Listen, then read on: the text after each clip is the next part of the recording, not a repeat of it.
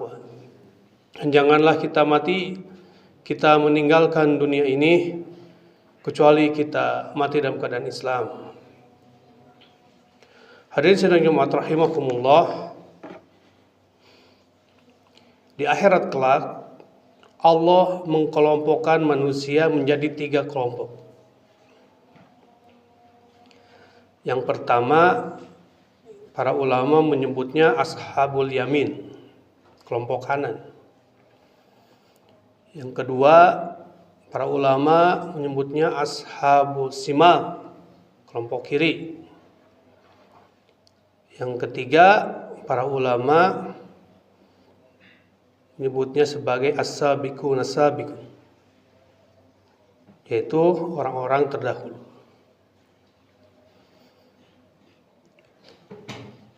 Hal ini Allah abadikan juga dalam surat Al-Waqiah ayat 7 sampai 12. Wa kuntum azwajan salasa, dan kamu para manusia menjadi 3 golongan, azwajan salasa. Di mana? Di akhirat nanti. Ashabul mas'amah ma ashabul mas'amah, dan fa'asbahul maimanah ma ashabul maimanah, yaitu golongan kanan yang tadi disebut ashabul yamin, kalau di Quran sebutnya maimanah. Alangkah mulianya golongan kanan itu. Jadi Al-Quran juga sudah ditandai bahwa golongan kanan tersebut akan mendapat kemuliaan di akhirat kelak. Wa ashabul mas'amah ma ashabul mas'amah, dan golongan kiri, alangkah sengsaranya golongan itu. Alangkah sengsaranya golongan kiri itu. Was-sabiqunas sabiqun, dan orang-orang yang terdahulu. Hadirin sidang Jumat rahimakumullah, Allah meneruskan dalam surat Al-Waqiah ayat ke-10, ayat 10 sampai 12, was-sabiqunas sabiqun ulaika muqarrabun. Jadi as-sabiqunas sabiqun itu ulaika muqarrabun, mereka itulah orang yang dekat dengan Allah, muqarrib, fi jannatin na'im, dan berada dalam kenikmatan di surga kelak. Hadirin sidang Jumat rahimakumullah, kita yang sekarang hidup di dunia ini, Allah kasih kesempatan menjadi 2 golongan, 2 kelompok di akhirat kelak nanti, yaitu ashabul yamin dan as-sabiqun as-sabiqun. Ashabul yamin ini yang paling, menurut khotib, yang paling mungkin kita dapat di dunia ini sebagai seorang muslim. Kalau menjadi as-sabiqun as-sabiqun bisa saja, cuman agak berat. Karena as-sabiqun as-sabiqun itu adalah tempat berkumpulnya para nabi, rasul, dan para sahabat, dan juga orang-orang siddiq.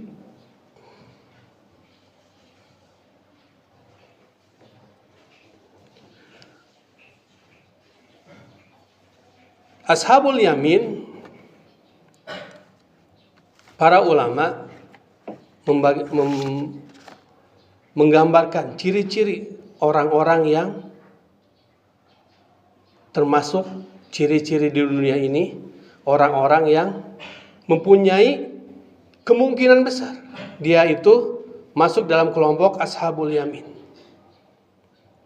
atau golongan kanan. Karena tidak ada yang tahu, baik itu dalam bentuk fisik ataupun pekerjaan hariannya, nggak ada yang tahu. Nggak akan ada yang bisa menebak. Cuman diri kita sendiri saja, kita masuk ke golongan kelompok mana nanti di akhirat.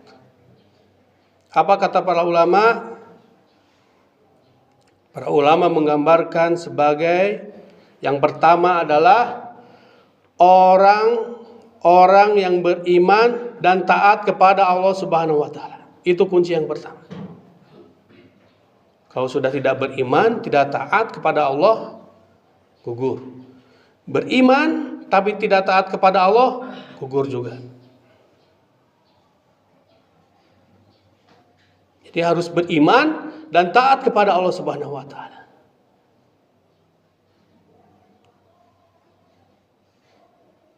Kita lihat di sekarang ini kan banyak orang yang mengaku beriman kepada Allah Subhanahu wa taala. Hampir mayoritas di negara kita yang 89% muslim itu mengaku beriman kepada Allah Subhanahu wa taala. Cuman tingkat ketaatannya kita tidak tahu. Nah itu. Kita harus menyempurnakan syarat pertama, yaitu beriman dan taat kepada Allah Subhanahu wa taala. Beriman, tapi kita masih mengadu domba di pekerjaan kita, tempat kerja kita. Beriman kepada Allah Subhanahu wa taala tapi kita masih korupsi. Beriman kepada Allah Subhanahu wa taala tapi kita masih menjelek-jelekan orang lain. Itu berarti tidak taat kepada Allah Subhanahu wa taala. Yang dibutuhkan Allah Subhanahu wa taala agar kita masuk dalam kelompok ashabul yamin adalah kita beriman dan taat kepada Allah Subhanahu wa taala. Tinggalkan segala maksiat. Dan itu berat. Karena kualitas keimanan umat Rasul sekarang ini adalah naik dan turun. Dan kita harus berusaha meraih hal tersebut. Yang kedua adalah menjauhi kesombongan. Ketika kita sudah taat kepada Allah Subhanahu wa taala, beriman kepada Allah Subhanahu wa taala, kita dilarang sombong. Dilarang angkuh. Dilarang menampakkan kesombongan kita kepada sesama muslim. Apa yang sekarang terjadi? Ketika banyak firqah-firqah yang terjadi di Indonesia, yang khotib lihat adalah hanya ucapan-ucapan dan sikap kesombongan yang terjadi kepada sesama muslim. Kelompok A nggak mau dengan kelompok B. Kelompok B nggak mau dengan kelompok A. Begitu seterusnya. Itu adalah bibit-bibit kesombongan sebenarnya. Merasa diri paling benar. Merasa diri paling layak ditempatkan di sisi Allah Subhanahu wa taala.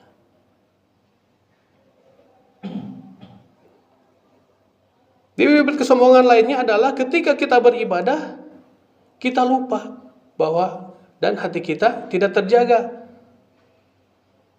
bahwa ibadah yang diterima Allah adalah ibadah yang niatnya karena Allah Subhanahu wa taala.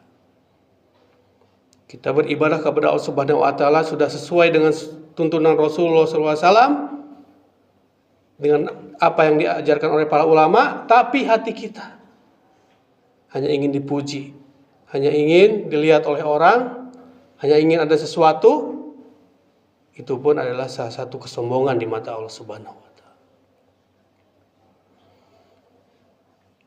Yang ketiga, kelompok yang masuk dalam kategori ashabul yamin, kelompok kanan, adalah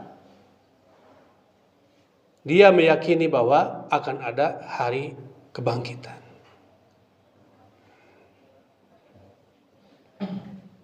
Jangan sampai kita lupa di dunia ini bahwa segala tingkah laku, salah benar kehidupan kita di dunia ini akan ada balasannya, kecil ataupun besar. Itu yang harus kita yakini. Hadirin sekalian rahimakumullah. Lalu para ulama juga menggambarkan kelompok yang masuk ke dalam ashabul shimah, kelompok kiri, yaitu orang yang mendustakan,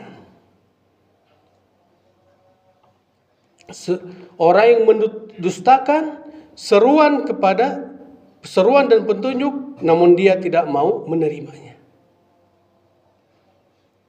Dan murka Allah berlaku atas mereka.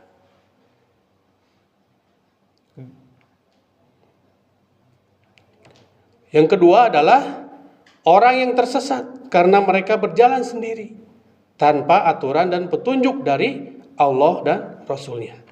Kelompok yang pertama ini bisa dikatakan adalah kelompok orang non-muslim kalau dalam ajaran agama kita, yaitu orang yang mendustakan, tidak meyakini kebenaran Islam.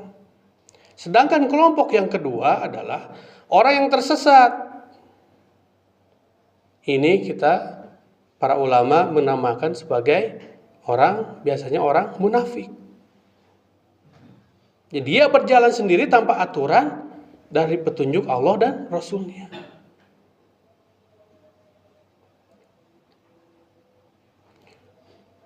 Lalu peluang kita sebagai manusia di dunia ini, sebagai seorang muslim di dunia ini, masuk ke dalam orang-orang terdahulu. Khatib baca di tafsirnya Buya Hamka,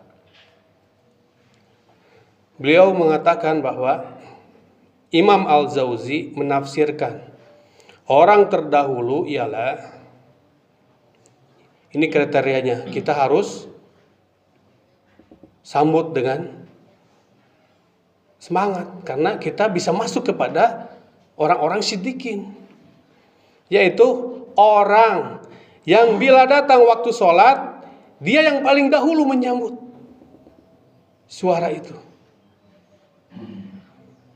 Kalau kita kembali lagi kepada diri kita sendiri, kalau ada seruan sholat tapi masih tidak tergerak hati kita, berarti kita sudah gugur sebagai sabiqun as-sabiq, orang yang terdahulu, masuk kepada kelompok siddiqin. Ini yang pertama ini kita langsung menyeru seruan sholat ketika adzan berkumandang.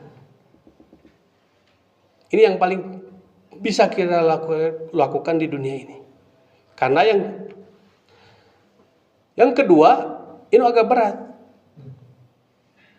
yaitu jika mendengar panggilan berperang di jalan Allah dan dia juga siap-siap berjumpa dengan maut. Yang kedua, kata Buya Hamka, bahwa kalau orang tersebut orang pertama ketika diajak berjihad di jalan Allah, berperang melawan kaum kafir. Dan di negara kita kebetulan ada negara Darussalam, bukan Daruna, Darul Harb, negara yang damai. Ini bisa dipraktekkan di Palestina, saudara-saudara kita di Palestina. Ini akan terlihat. Yang kita bisa ambil adalah bahwa ketika ada seruan sholat 5 waktu, langsung kita orang pertama yang menyambut panggilan Allah tersebut. Barakallahu li wa lakum.